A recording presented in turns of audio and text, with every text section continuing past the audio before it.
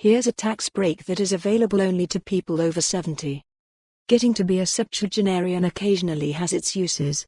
It turns out that if you're more than 70 years old and have the right kind of retirement accounts, you can get favorable tax treatment that's not available to younger people. I'm talking about an often overlooked strategy that allows people 70 and a half or older who get retirement income from IRAs to divert up to $100,000 a year of that income directly to charities. Using qualified charitable distributions rather than writing personal checks lets taxpayers subtract the donations from their taxable income, and still take the standard deduction. This is a big deal for those of us in our 70s and older who have stopped filing itemized federal tax returns as a result of Donald Trump's 2017 tax law, which put a $10,000 cap on federal deductions for state and local taxes, including real estate taxes.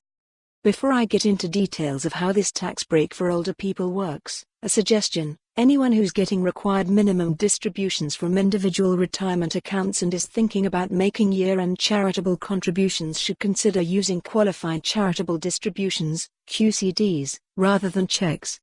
Yes, I know that what I'm talking about today doesn't apply to many of you. But someday, it might. So it can't hurt to begin thinking about this stuff now.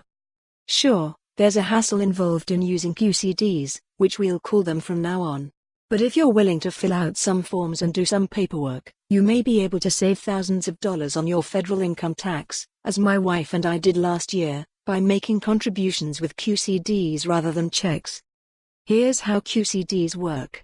You add up your QCDs for the year, then subtract the total from the income number on line 4A, IRAs, pensions and annuities, of your federal tax return.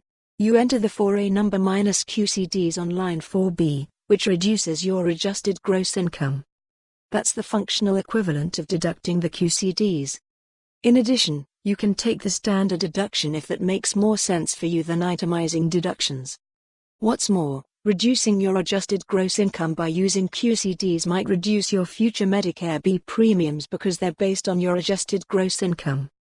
Some of my friends use checks drawn on their retirement accounts to make all their QCDs.